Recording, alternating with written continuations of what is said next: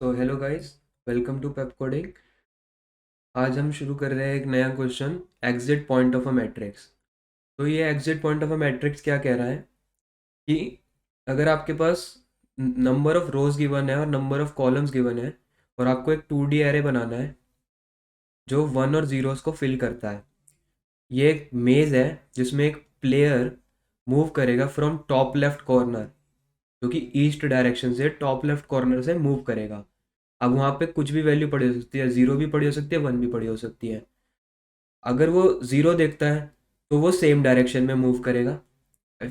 If you encounter zero, मतलब अगर वो जीरो एनकाउंटर करता है तो वो सेम डायरेक्शन में मूव करेगा। अगर वो वन एनकाउंटर कर लेता है तो वो 90 डिग्री का राइट टर्न ले लेगा। राइट टर्न ले लेगा और हमें बताना है कि वो किस मैट्रिक्स से एग्जिट कर रहा है। तो एक बार ओपन बोर्ड में इसको डिस्कस कर लेते हैं।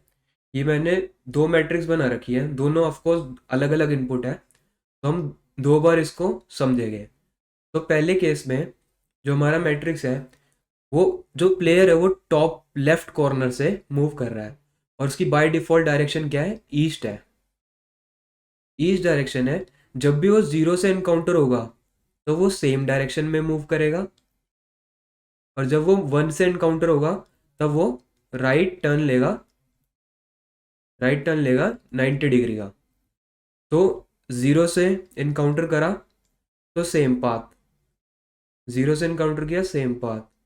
वन इनकाउंटर हुआ तो 90 डिग्री का टर्न ले लेगा, तो 90 डिग्री का टर्न ले लिया। फिर जीरो इनकाउंटर हुआ, same path. Again zero encounter हुआ, सेम पाथ। अब वन इनकाउंटर हुआ तो वो 90 डिग्री का टर्न ले लेगा। सेम जीरो इनकाउंटर हुआ, सेम पाथ। वन इनकाउंटर हुआ, 90 डिग्री का टर्न ले लेगा। जीरो इनकाउंटर हुआ, सेम पाथ। वन एनकाउंटर हुआ, 90 डिग्री का turn. Zero encountered, zero, same path same path. अब वो यहाँ पे एग्जिट करेगा, तो हमें इसकी लोकेशन, जो पीछे की इसकी लोकेशन होगी वो हमें प्रिंट करानी है। तो ये लोकेशन है 1,3। तो हमारा आउटपुट 1,3 होना चाहिए। सेम एक बार इसके लिए एक बार ड्राई रन करके देख लेते। ये नया टेस्ट केस है, तो एक बार अगर जीरो एनकाउंटर होगा तो सेम पाथ, ये हमेशा left left top most corner से ही चलेगा। Then again zero, zero same path.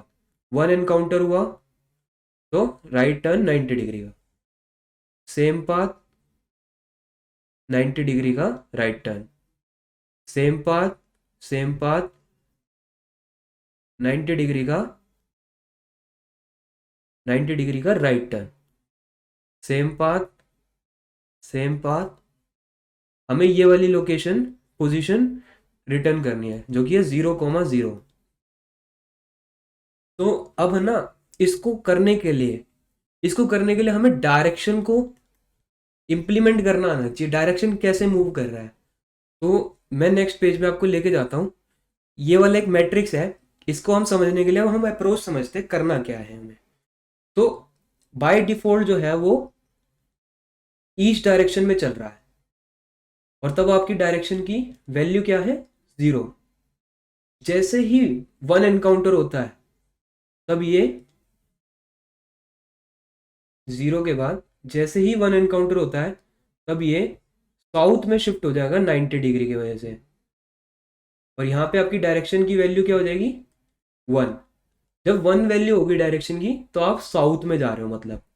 Then again अगर आपको वन एनकाउंटर होता है तो ये 90 डिग्री का टर्न लेगा, एंड देन वेस्ट में, तो आपकी यहाँ पे डायरेक्शन क्या हो गई, टू।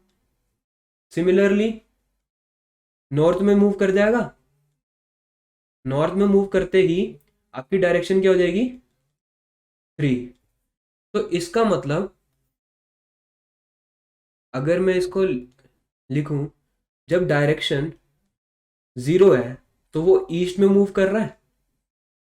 जब डायरेक्शन वन है तो वो साउथ में मूव कर रहा है। जब डायरेक्शन टू है तो वो वेस्ट में मूव कर रहा है 90 डिग्री के टर्न के बाद। सिमिलरली जब डायरेक्शन थ्री है तो वो नॉर्थ में मूव कर रहा है। अब हमारे पास 4 ही डायरेक्शन होती है majorly, north south east west. तो अगर हमें डायरेक्शन में ये 3 कैसे आ रहे हैं ये भी जानते हैं, कि जैसे ही मैं इस पाथ पे चल रहा हूँ, फिर नेक्स्ट पाथ में मूव हुआ, अगर मेरे को 0 एनकाउंटर हो रहा है तो मतलब मैं सेम पाथ में चल रहा हूँ। तो अगर मैं एक फॉर्मूला लिख रहा हूँ, इसको आप ध्यान से देखिए, ध्यान से देखिए और समझिए का मतलब क्या है।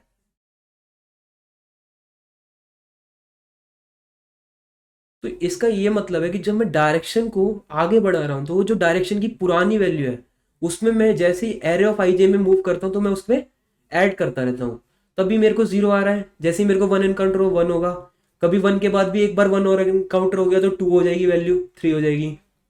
बट जब अगर वैल्यू 4 हो गई तो मेरे पास कोई डायरेक्शन नहीं है, तो मैं क्या करूंगा, इसका मॉडुलस 4 ले लूंगा ताकि ये 0 दे दे। 0 जब रिमाइंडर देगा तो बेसिकली नॉर्थ के बाद वापस से 90 डिग्री टर्न में ईस्ट आ जाएगा। ये आप समझ रहे हो? अगर मेरा नॉर्थ यहाँ पे है, ईस्ट यहाँ पे है, साउथ यहाँ पे है, वेस्ट यहाँ पे है, जब मेरा नॉर्थ यहाँ पे है, इसके बाद अगर मेरा डायरेक्शन 3 थी और डायरेक्शन 4 हो गई, जब डायरेक्शन 3 थी डायरेक्शन 4 हो जाने पे मैं ईस्ट पे आ जाऊंगा, उसके लिए मेरे को मॉडुलस लेना होगा। तो अगर मैं इस फॉर्मूले में मॉडुलस 4 कर दूं तो क्या मैं वापस से ईस्ट डायरेक्शन में मूव कर जाऊंगा? ये बात एक बार आप ज्ञान थोड़ा ध्यान से सोचिए। अब ये अगर समझ आ गया है तो मैं एक बार आपको ये वाला मैट्रिक्स भी रन करा के दिखा देता हूँ इसके बेसिस में। अब डायरेक्शन मेरा क्या है, 0 था, अब मेरे डायरेक्शन में क्या ऐड हो गया, 1। जैसे ही मेरे डायरेक्शन में 1 ऐड हुआ मैं कहाँ मूव कर जाऊंगा, साउथ को। लो भाई साउथ को मूव कर गए। अब इस पे मैंने साउथ को मूव किया, जब भी मैं 0 ऐड करूंगा मेरे को कुछ फर्क नहीं पड़ेगा क्योंकि 0, anything add with 0 is the same number. तो मेरा डायरेक्शन अभी भी क्या रहा, 1। तो मेरा डायरेक्शन 1 है तो मैं अगेन साउथ को मूव कर रहा हूं, यहाँ पे भी 0 आया एनकाउंटर, अगेन साउथ। अब मैंने यहाँ पे 1 ऐड किया तो मेरा डायरेक्शन हो गया 2। तो अब मेरे को मूव क्या करना है, वेस्ट साइड। अब वेस्ट साइड मूव कर रहा हूँ, अगेन 0 एनकाउंटर हुआ तो मेरा डायरेक्शन 2 है, अगेन अब 1 एनकाउंटर हुआ। अब 1 एनकाउंटर होते ही मेरा ये डायरेक्शन 3 हो गया, 3 पे मैं नॉर्थ पे जा रहा हूँ। सेम, मैं 0 पे एनकाउंटर हुआ तो मेरी वैल्यू डायरेक्शन की 3 रही, देन 1 एनकाउंटर हो गया। अब ये वाला क्रिटिकल पॉइंट है, 1 एनकाउंटर हुआ तो मेरी डायरेक्शन हो गई 4। अब जैसे ही 4 हुई ये वाली मॉडुलस चल जाएगा और उसको वापस से 0 कर देगा, तो मतलब मेरी डायरेक्शन हो गई अभी 0। अब 0 डायरेक्शन है तो मेरे को कहा जाना है ईस्ट पे। अब 0 से स्टार्ट कर रहा हूँ, 0 पे 0 प्लस करूंगा 0 ही रहेगा, डायरेक्शन सेम रही, डायरेक्शन सेम रही, डायरेक्शन 1 हो गई। 1 होते ही मैं साउथ पे शिफ्ट हो गया, समझ रहे हो, साउथ पे शिफ्ट हो गया। अब मैं फिर से चलूंगा कहाँ पे, साउथ पे, डायरेक्शन हो गई 2। फिर कहाँ शिफ्ट हो गया, वेस्ट पे। वेस्ट पे शिफ्ट होते ही 2 पे 0 का ऐड किया, कुछ नहीं हुआ, same direction same direction same direction same. मैं इस पॉइंट में एग्जिट कर गया, तो मेरी एग्जिट पॉइंट क्या हो गई, ध्यान से देखिए कौन सी पॉइंट है, ये हो गया है 2,0। 2,0। अब थोड़ा ना मैं कोड लिख लेता हूँ, उसके बाद आपको एक बार और दिखाऊंगा कि इसमें अभी क्या चीज रह गई है। तो एक इंट आई वेरिएबल ले लेते हैं, इनिशियलाइज कर देते हैं 0 से, एक जे वेरिएबल ले लेते हैं 0 से, और एक ले लेते हैं हम डायरेक्शन जो इनिशियली 0 है, ठीक है।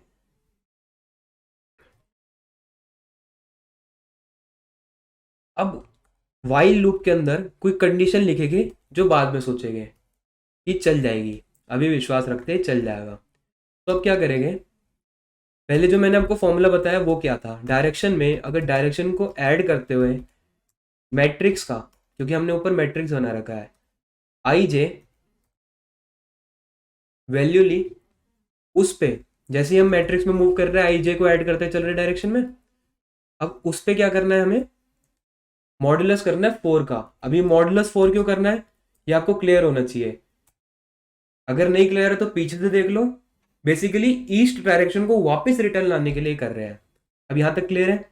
अब डायरेक्शन के बाद आपको पहली कंडीशन चेक करनी है, क्या मेरी डायरेक्शन 0 है तो मैं कुछ काम करूंगा, एल्स इफ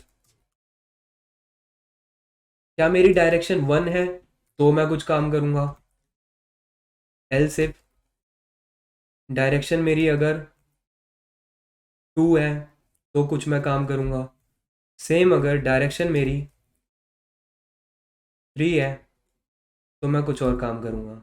अब जब डायरेक्शन 0 है, यहाँ पे ध्यान दीजिए, अगर मेरी डायरेक्शन 0 है तो बेसिकली मैं ईस्ट में मूव कर रहा हूँ, और ईस्ट में मूव करते तो हमारा क्या बढ़ रहा होता है, जे बढ़ रहा होता है, और आई हमारा कांस्टेंट रहता है, जे हमेशा +1 होता है।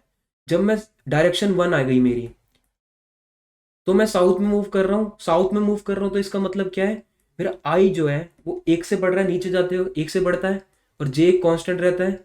जब मेरी डायरेक्शन 2 हो गई तो मैं कहाँ मूव कर रहा हूँ, वेस्ट में मूव कर रहा हूँ। अब वेस्ट में मूव कर रहा हूँ तो मेरा क्या, आई क्या है, सेम रहेगा, जे क्या होगा, 1 से घटेगा। सेम डायरेक्शन जब मेरी 3 होगी, मैं नॉर्थ साइड जाऊंगा। अब नॉर्थ में आई क्या होता है, घटता है, और जे क्या होता है, सेम रहता है। ये आपको क्लियर होना चाहिए, ठीक है।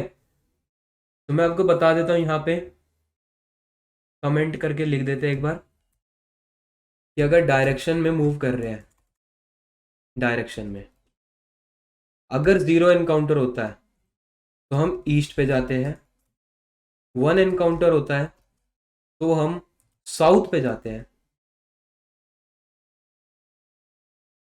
2 एनकाउंटर होता है, डायरेक्शन जब 2 एनकाउंटर होता है तब हम वेस्ट में मूव कर जाते हैं।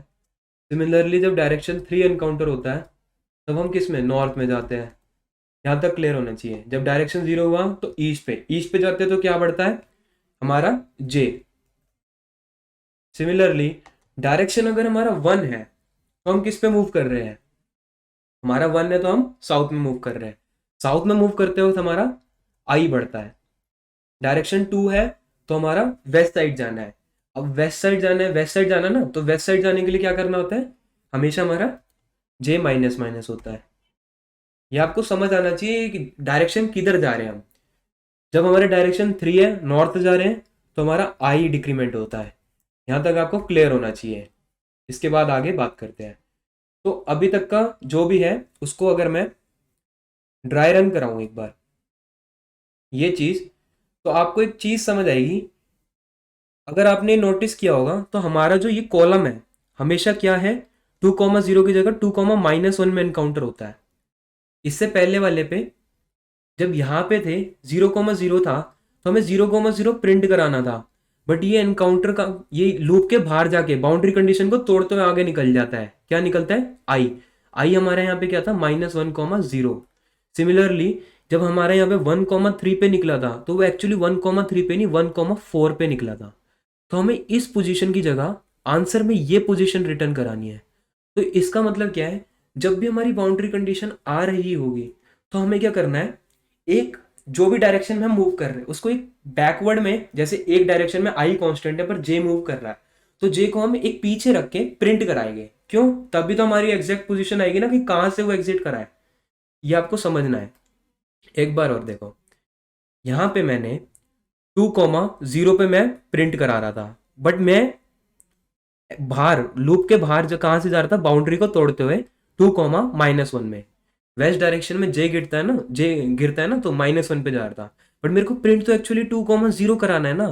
तो 2,0 कराने के लिए क्या होगा, जहां पे मेरा जे डिक्रीमेंट हो रहा है वहां पे मैं एक इफ कंडीशन लगा दूंगा कि इफ जे अगर <<1 हो गया या फिर =-1 हो गया, ये वाली कंडीशन अगर 0, 1, 2, 3 इंडेक्स है तो जे यहाँ पे क्या होगा, 0 से पहले क्या होगा, -1 होगा।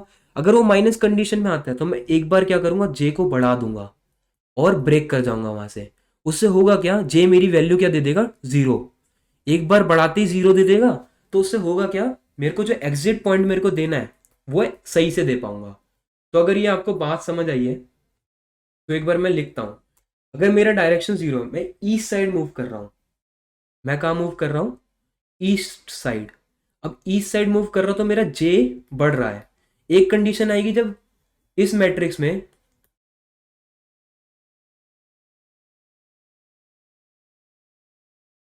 सपोज करो यहां से मेरा जे बाहर निकल गया, तो यहां पे वैल्यू क्या होती है जे की, जे की वैल्यू होती है n।